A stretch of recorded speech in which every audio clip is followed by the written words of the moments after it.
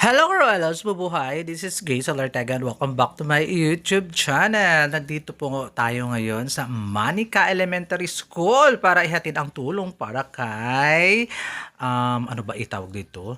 Rafael ng bonggang-bongga. Kaya ito may ipapakilala po ako sa inyo. Nandito po ngayon sa Manica Elementary School at Kapilangan niya.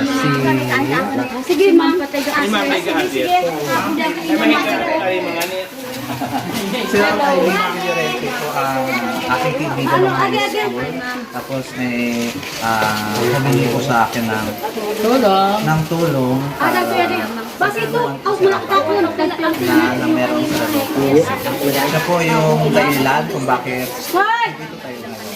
Tapos, ito naman po, si Noel Ako may tubig, ayan. Enriquez, ang nag-interview po doon sa first video natin kay Rafael. Siyempre, nandito po siyempre, kailang banggitin natin, ang school head, principal 1, na si Renan Napor. Tama ba? Ayan. Thank you so much inyo sa pag-welcome ng bonggang-bongga dito sa Manica Elementary School. Thank you, sir. Ayan.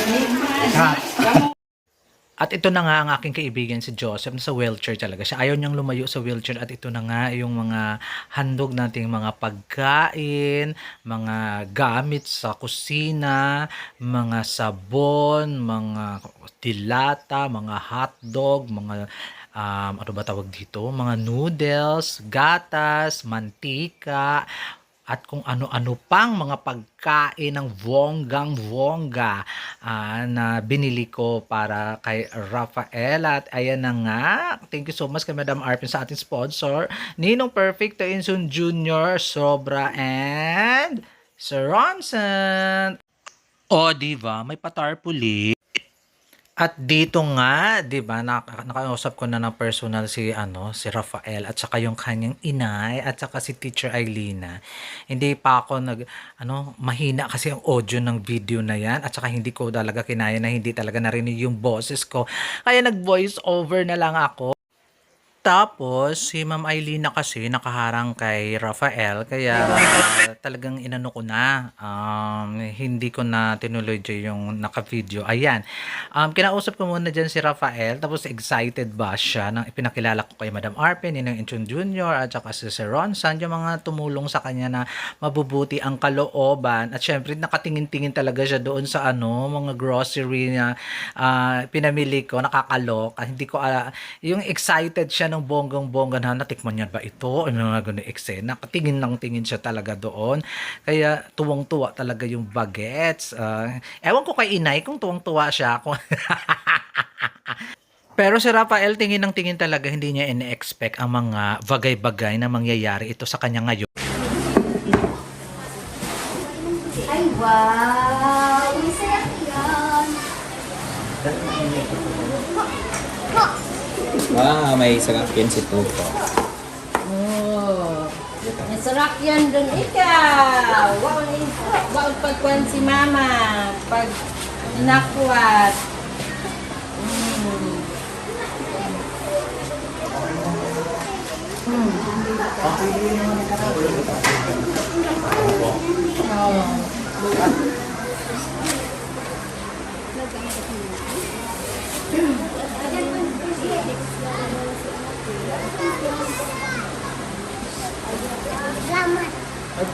At you're welcome po.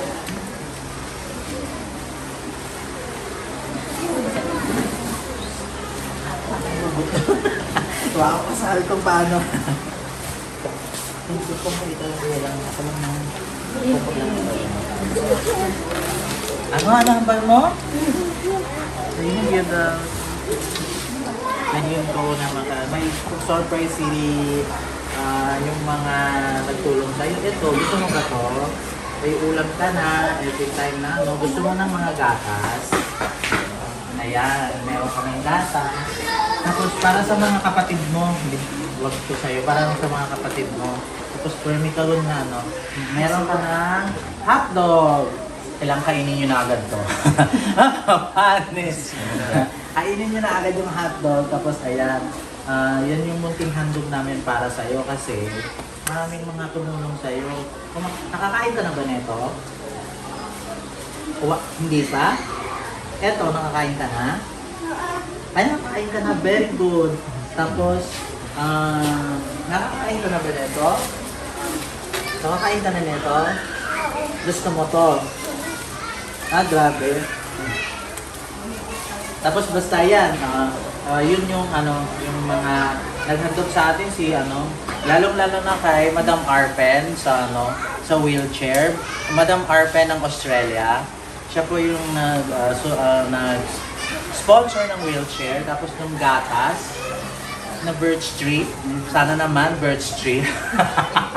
Tapos yung mga groceries at yung mga condiments or whatsoever pa nakikita ninyo dito ay sponsored by Nidong Perfecto Wilson Jr. po at saka ni Sir Ronsan. Meron pa ako sa yung munting regalo.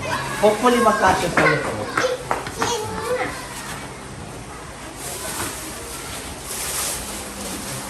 Para hindi ka mainitan. Cute pa. Ayan, pindutan niya mo ha. May electric fan ka ka sa bahay? Pindutan mo. Antigo ka man siguro magpindot di ka na. Ibayag tayo mo. Ilat mo sa kanya. Hindi to laruan. Electric fan. Ayan. Ay, tapos, hindi ako sure kung kaya mo to. May baril. May baril. Gusto mo? Ayan.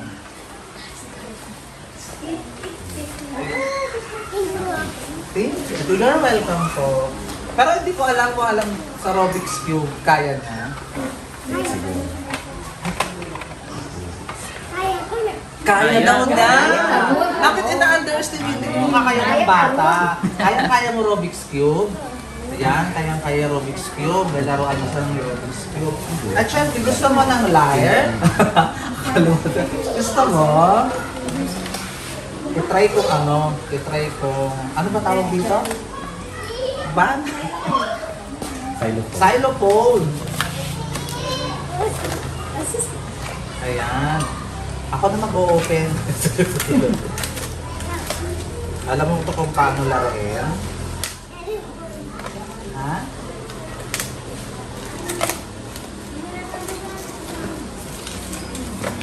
Ayan, ganun mo na. Parang talaga marunong ako. Ako na magayin ako na. Gamitan ka sa kwan. Pining. Oo. Ayan. Sobrang. Ayan, pwede yan. Ang saya. Ay, wala ako kapagod sa akin ang Abi eh. Wag ako nakabakay. Sarap yan. Sa sunod galing na ako anto. Baka doon ikaw, sa sunod na, sa punod na punta ko, bibili ako ng sasakyan para sa'yo. Ito na yung sa'yo. Gusto mo to? Sige, ayan. Ipahiram mo rin yan sa mga kapatid mo, ha? At saka syempre, meron akong para sa'yo. Damit. Gusto mo damit? Si Captain America. Idol ko kasi to eh. Si Captain America. Captain America. Oh. Punta mag-igok-ting mo, no? Ay, igok. Ay, ano? Spider-Man! Brief! Oh. Kilala mo to? Sino? Spider-Man. Ako kung igok ka na mag-brief na lang. Igo ron. Igo. Bong yan. Gusto mo ng cars? Oh, yan. Cars ba? Ayan. Gaya mo yun. Ito yung susuotin mo pagpasok sa school, ha? Yes! Excited mo sa cars na ng bonggang-bongga. May kaibahan ka na emotion. Ayan. Anong masasabi mo sa kanila sa nagbigay sa'yo dyan?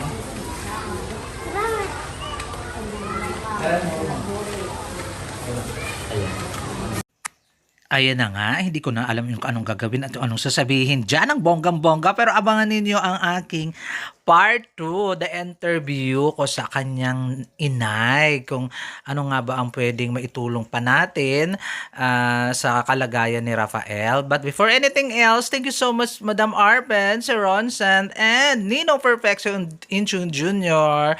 Paalam muna ngayon sa part 1.